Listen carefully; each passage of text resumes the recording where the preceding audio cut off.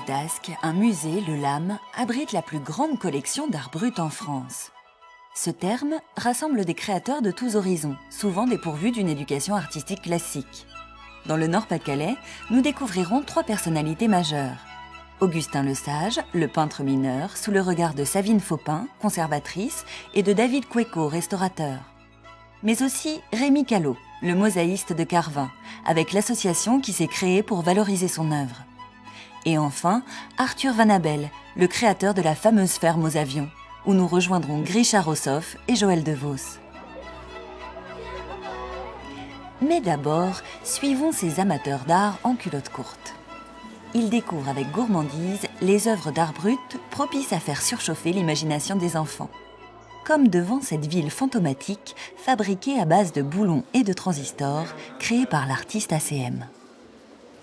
Et je vous laisse regarder pendant 1 minute. Et ensuite, je vous poserai quelques questions. Mais il y a plein de choses à voir. Ça vous fait pas penser à quelque chose, toute cette petite construction? Oui, vas-y.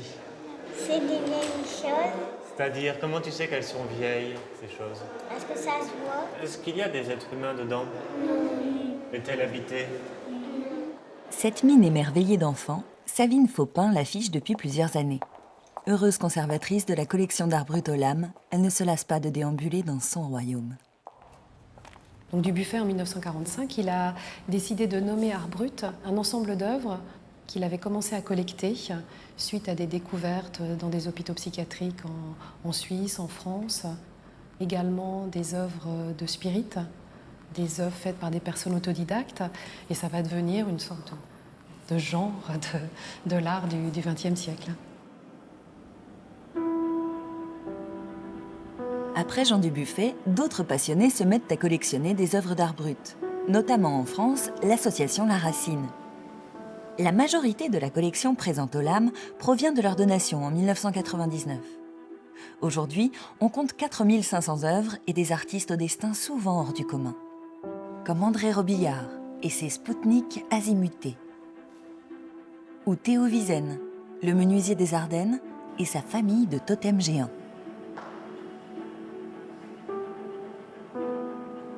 Mais aussi Fleury-Joseph Crépin, plombier zingueur d'Hénin-Beaumont, qui peignit 300 tableaux de 1939 à 1945 pour ramener la paix sur Terre. Quand on a organisé une première exposition d'art brut en 1997, donc avec cette collection de La Racine, on l'a présentée de façon très large, de faire connaître au public de la région l'art brut. Certains connaissaient un petit peu, d'autres pas du tout, mais il y avait des accroches possibles, comme par exemple la ferme d'Arthur Van Abel, parce que ça, tout le monde la connaît dans la région. On ne sait pas forcément qui a réalisé ces objets, mais les œuvres sont là. Lesage, c'est pareil, quand on montre des œuvres de Lesage, il y a un très très grand étonnement face à ces œuvres faites par ce mineur qui lui-même n'avait jamais appris à dessiner, jamais appris à peindre et qui va faire véritablement une œuvre très très impressionnante. Obsessionnel, enfin une espèce de... On voit aussi là qu'il utilisait des petites formes. Oui, alors l'idée qu'il ait pu travailler avec des patrons. Augustin Lesage est né en 1876 et a vécu toute sa vie dans le bassin minier. Mineur de fond pendant plus de 30 ans, il a laissé derrière lui une œuvre impressionnante. Mais celui-ci est très étonnant parce qu'il est dans la partie basse, c'est vraiment une architecture, c'est une construction. Et la partie haute, c'est une sorte de forme, presque comme une forme animale. Donc c'est vraiment des tableaux à mystère où il faut passer du temps pour entrer. Et toi, quand tu les restaures, tu te fonds complètement dans la peinture.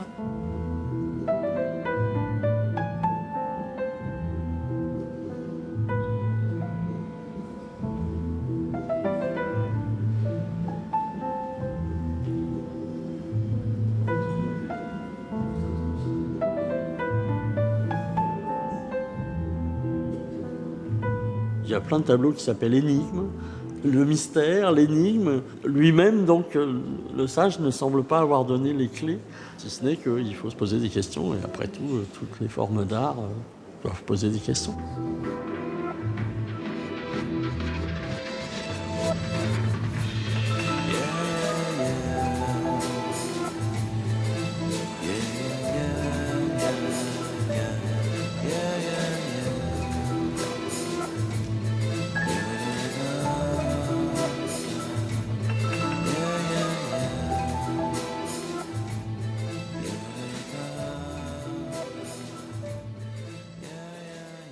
Savine et David nous emmènent dans les entrailles du musée. C'est là que sont conservées précieusement des œuvres méconnues. Les tout premiers dessins d'Augustin Le Sage.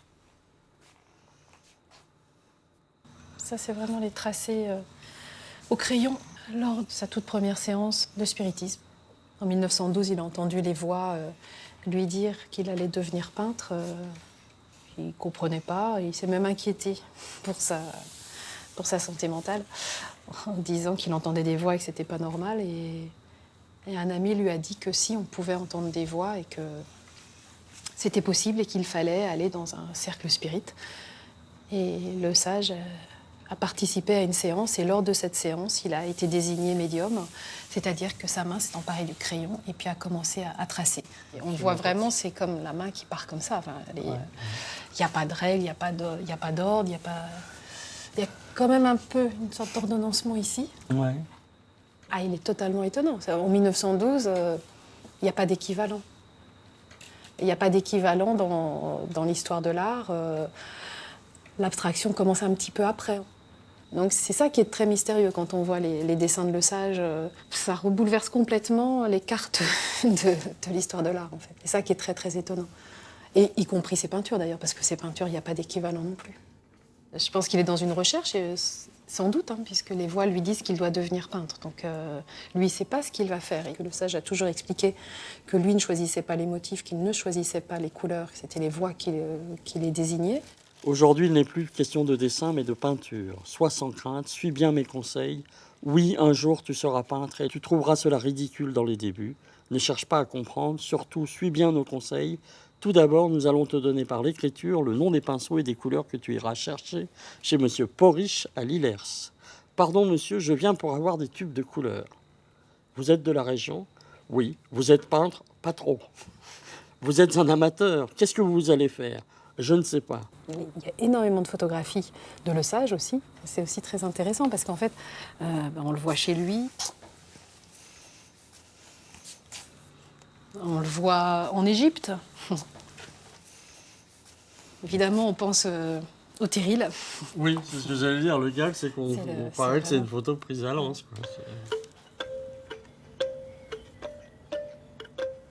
De l'Égypte aux pyramides du bassin minier. Augustin Le Sage n'est pas le seul à avoir ramené de ses périples un peu de rêve et d'exotisme au cœur des terrils. Un autre natif de la région, Rémi Callot, lui aussi salarié des houillères du Pas-de-Calais, fut également touché par une passion créatrice dévorante.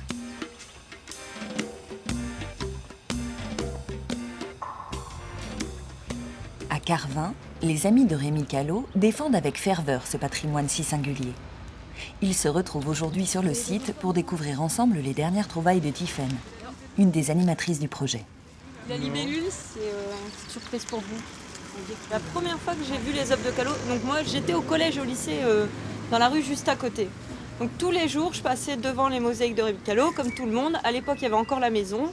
Je connaissais juste les mosaïques, je ne savais pas ce qu'il y avait à l'intérieur.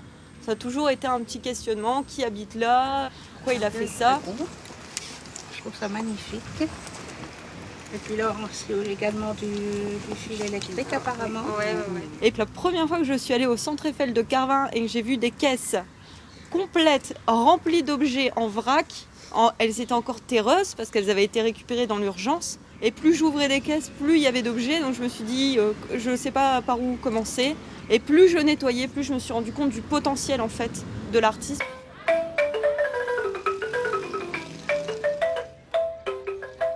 Ces habitants de Carvin et des environs ont lutté ensemble pour sauver d'une démolition définitive ce qui restait de la maison de leur facteur cheval.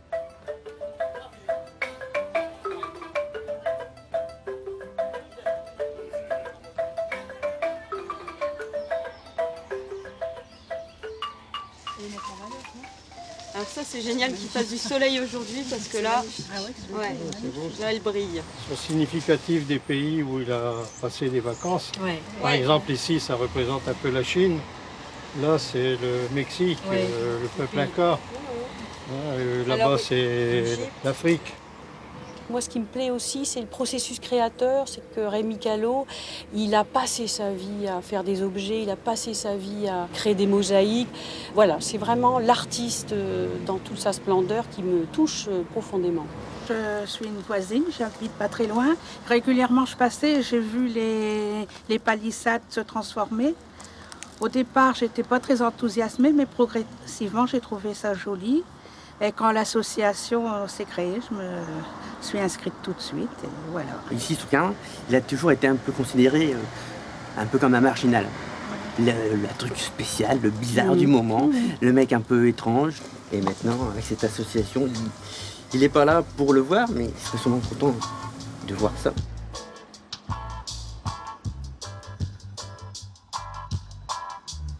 Plus de 200 objets en céramique, des pyrogravures, de la peinture, l'œuvre de Rémi Callot est protéiforme. Le plus impressionnant restant sûrement les palissades de son jardin qu'il a entièrement recouvertes d'un monde enchanteur.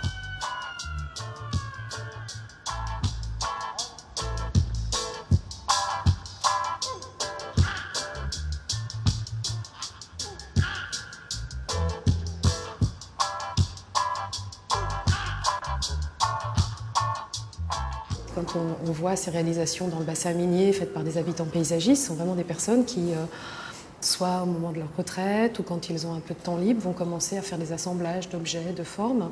Et puis peu à peu, ça peut devenir envahissant, puis ça peut devenir véritablement une œuvre. Eux-mêmes, en général, ne se disent pas artistes. Donc on rentre vraiment un petit peu dans les critères émis par Dubuffet, qui nous parlait peu d'artistes en fait pour qualifier les personnes ayant réalisé ces œuvres. On parle souvent de créateurs, d'auteurs. Nous ici au musée, on a plutôt tendance à parler d'artistes, qui est aussi une forme de reconnaissance de ce qu'ils ont pu réaliser. Le LAM est le seul musée traditionnel qui rassemble dans ses murs art brut, art contemporain et art moderne, ce qui a le mérite de faire exploser les frontières entre l'art reconnu en tant que tel et l'art brut.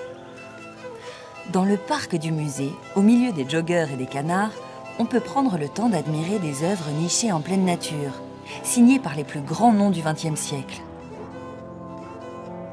Un stabile de Calder, une sculpture de Jacques Lipchitz, ce groupe de 3 personnages, créé par Eugène Dodaigne, et même une œuvre de Pablo Picasso, qui, comme de nombreux artistes de son époque, fut influencé par l'art brut. Picasso a eu une œuvre de Forestier à un moment donné chez lui dans son atelier. Les artistes les ont vus, les ont regardés. Enfin, on parlait d'art des fous à l'époque, l'art des aliénés. Donc il y a eu un enrichissement mutuel en fait. Et puis ça continue. Les artistes aujourd'hui continuent à s'intéresser à ces œuvres. Donc pourquoi continuer à les dissocier, à les séparer? Et en plus, elles créent vraiment des dialogues et des échanges.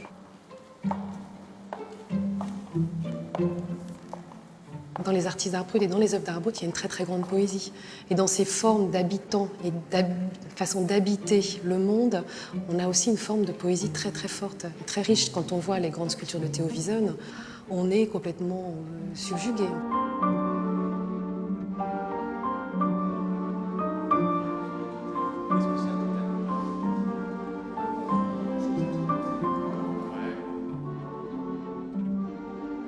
Alors ensuite, regardez, il y a d'autres petits personnages qui ont tous des expressions assez particulières. Si par exemple, on regarde celui qui est tout au fond, qu'est-ce qu'il a sur les joues? Il y a des traits. Qu'est-ce que ça peut être, ces traits? Des rides. Quoi d'autre? De la peinture. Des gouttes. Des Gouttes. Des gouttes? Des gouttes de quoi? D'eau. Des gouttes d'eau? Et comment on les appelle, les gouttes d'eau qui partent des yeux? Des larmes. Des larmes. Alors on pourrait peut-être dire que c'est le géant triste. Ensuite, regardez, il y en a un autre, tout fin, avec une tête toute ronde. Comment on pourrait l'appeler, celui-là? On dirait un soldat. On dirait un soldat. Moi, je l'imagine bien, en fait, se déplacer comme un ver de terre. Et puis, il y a les animaux domestiques, les 3 qui sont bien alignés, là. On dirait qu'il y a au milieu un singe et sur le côté de lapin. À côté, on dirait un chat.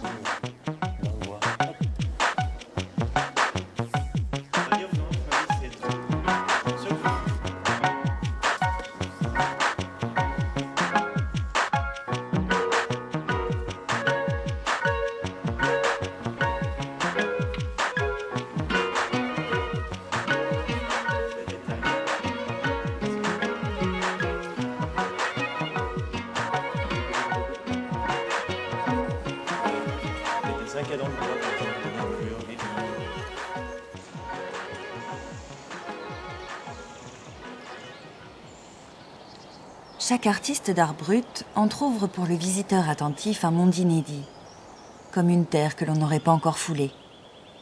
Une cosmogonie qui a ses propres règles, son échelle, sa logique. Arthur Van Abel, le créateur visionnaire de la ferme aux avions, est de cela. Son œuvre a accompagné les rêveries de millions d'automobilistes. Elle reste toujours un repère pour les petits curieux sur la route des vacances. La ferme est laissée à l'abandon depuis 2 ans. Grisha Rossoff, le président de l'association de sauvegarde du site, vient constater les dégâts, guidé par Joël DeVos, le maire de la commune. La ferme aux avions des frères Van Abel. Le maire est aussi le voisin de la ferme depuis plus de 40 ans. Il connaît donc cette histoire sur le bout des doigts. La porte est vieillissante. Voilà. C'est un privilège quand même parce que... Alors les avions sont devenus de plus en plus grands, comme vous pouvez le croire. Alors il y en a un là très très grand, qui commence d'ailleurs un peu à s'affaisser. À l'origine de la vocation d'Arthur Van Abel, simple fermier de Steenwerk dans les Flandres, il y aurait le souvenir fort d'un crash d'avion pendant la guerre. Il s'agissait tout d'abord de l'installation d'une première girouette, je ne sais plus si c'est ce toit-là ou si c'est ce toit-là. Et après, il y a eu une multiplication de productions, je dirais, création d'œuvres, avec, il y a une 25-30 ans, un foisonnement de création. Et avec l'apothéose, c'est la mise en place de ce char dans l'ancienne cour à fumier de la ferme. Et chercher tout ça dans le fossé là. C'est vrai que dans le fossé d'autoroute, il y a souvent des choses, mais il allait ailleurs, quoi. Il s'approvisionnait, puis il promenait avec sa voiture souvent, et à mon avis, il devait récupérer des trucs. Ça, par exemple, moi, je sais que la porte d'un ancien réfrigérateur de chez moi, qui avait été mis à la déchetterie, est là, quelque part. D'accord, vous avez participé aussi aux créations. Un peu aux créations de M. Van Abel. Bon, maintenant, je vais vous montrer un certain nombre de créations qui ont été sauvées, je dirais, l'hiver dernier. Avant l'hiver, parce qu'elles menaçaient ruine, ou alors on risquait de les retrouver dans les propriétés voisinantes. La sauvegarde a déjà commencé. Oui, donc on a enlevé des figurines, là, qui étaient sur les façades. Pignons, sur ouais. les façades, oui. Et toujours ces fameux tirailleurs sénégalais, là, que vous voyez. Arthur Van Abel, il était tout le temps en train de rénover. Ah, mais il était tout le temps là-dessus. Ah. Et on le voyait, enfin, quand il était valide, il était sur ses toitures en permanence. Quoi. Parce que là, c'était ici un défilé permanent. Moi, j'ai vu des Chinois, j'ai vu des Japonais en tenue traditionnelle, j'ai vu des Russes, des Américains, enfin bref. En tout cas, il y a un véritable intérêt ou attrait artistique reconnu pour cette ferme et ses créations. Des gens s'y intéressent, je dirais. Grisha Rossoff, le président de l'association de sauvegarde, est lui-même artiste d'art brut. Il fait partie de ces nostalgiques qui ont toujours connu la ferme aux avions. Je suis l'un des enfants qui est passé à partir de 6 ans jusqu'à 25 ans à peu près. Généralement, on les voit de manière très furtive, ça dure 3-4 secondes. On n'a pas vraiment le temps, au premier passage en tout cas, de savoir ce que c'est. On est intrigué, on se dit mais j'ai vu quelque chose, mais qu'est-ce que c'est exactement quoi. Et à force de repasser, on se rend compte qu'il y a des avions sur le toit, il y a un tank au milieu de la cour, il y a des canons anti-aériens qui sont aussi sur la façade. Et c'est ça qui est intéressant, qui est vraiment spécifique sur cette création-là. Et c'est l'une des raisons pour lesquelles je pense que les créations sont vraiment indissociables du site.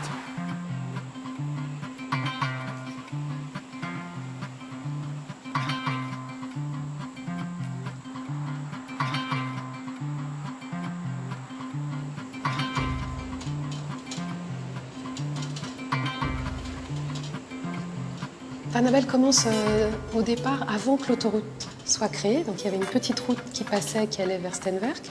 Mais c'est sûr que le fait que l'autoroute ait été installée à cet endroit-là, qu'il passe aussi près de la ferme, pour lui c'est devenu une sorte de théâtre en fait. Sa ferme devient un théâtre.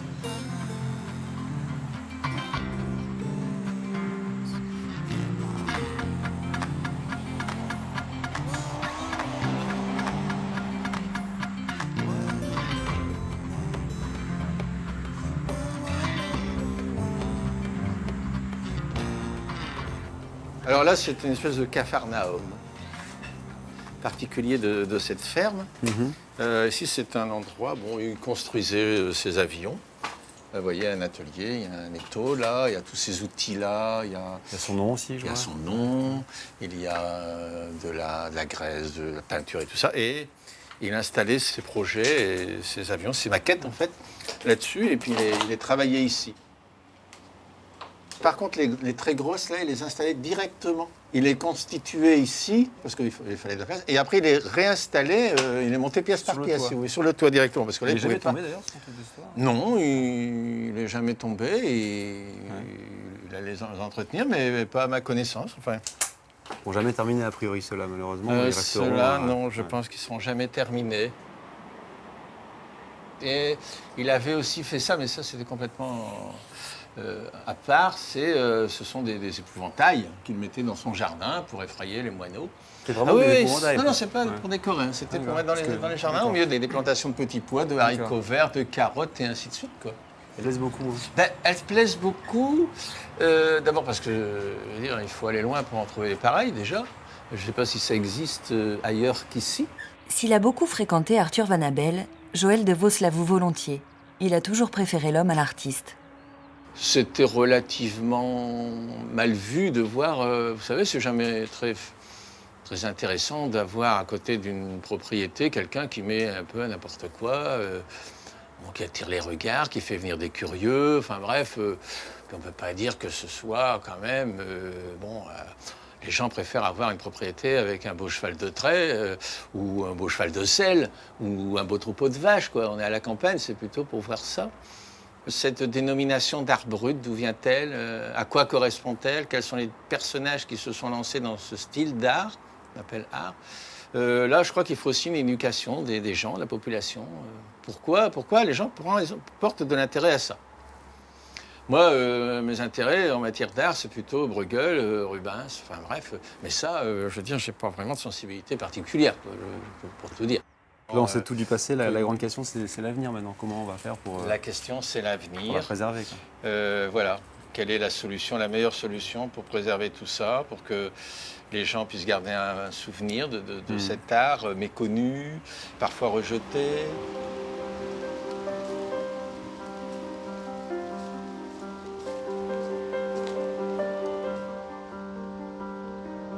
Le site a fait l'objet d'un bel élan de mobilisation. Ils sont 18 000 à avoir signé la pétition pour que la ferme aux avions soit sauvegardée. Callot comme Van Abel, ils ont osé le faire, même si le regard des voisins ou le regard de certains passants n'est pas forcément toujours favorable, mais il y a aussi des gens qui l'apprécient, qui le regardent et qui les encouragent.